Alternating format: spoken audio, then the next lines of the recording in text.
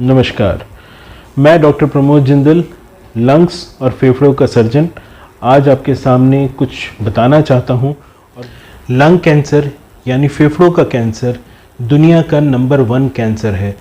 इसमें सबसे ज़्यादा मरीज हर साल पूरे दुनिया भर में पाए जाते हैं।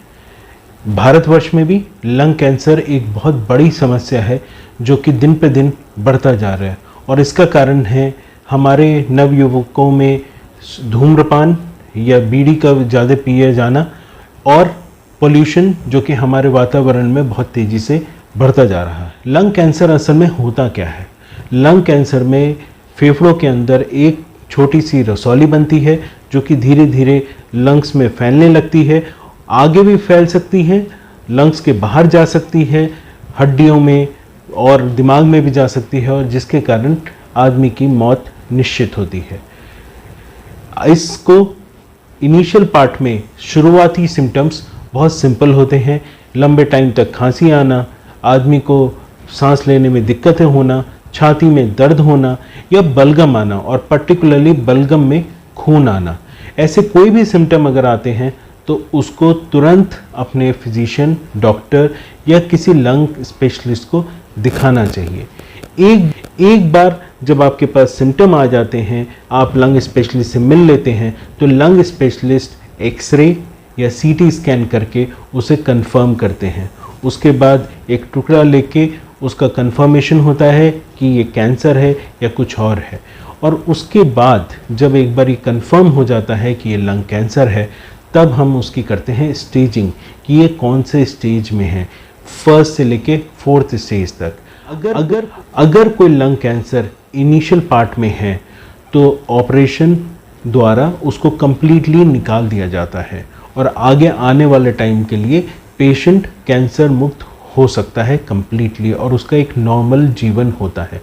अगर यही कैंसर थोड़ा सा फैला हुआ होता है तो हम दवाइयों से, कीमोथेरेपी से पहले लंग कैंसर को सिकोड़ देते हैं, और उसके बाद उसका ऑपरेशन करके उसको तकरीबन पूरा निकाल देते हैं। लेकिन आज भी चूँकि हम जल्दी से स्पेशलिस्ट के पास नहीं जाते हैं, तो हमारे ज़्यादातर कैंसर हमें लेट स्टेज में मिलते हैं या स्टेज 4 में मिलते हैं, जब ऑपरेशन या किसी भी ट्रीटमेंट के तरीके से उसे पूरी तरह से ख़त्म नहीं किया जा सकता।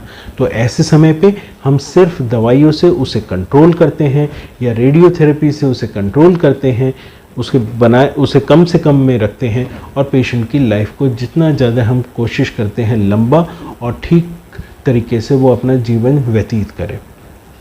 तो लंग कैंसर का हमें पता है कि आउटलुक अगर लेट स्टेज में हो तो उतना अच्छा नहीं है। ऐसे समय पे हम क्या कर सकते हैं? हमारे पास 2 तरीके हैं। एक, हम लंग कैंसर से बचने की कोशिश करें, जिसका सबसे और इम्पॉर्टेंट चीज़ है हम स्मोकिंग को कम्प्लीटली नो कहें।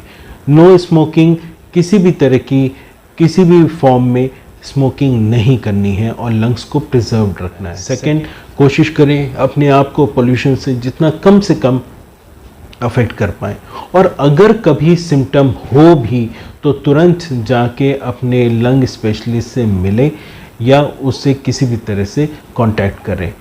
जो भी ट्रीटमेंट हो, लंग कैंसर एक भयावह बीमारी है। जैसे ही उसका पता चले उसका तरीके से ट्रीटमेंट होना बहुत ज़रूरी है।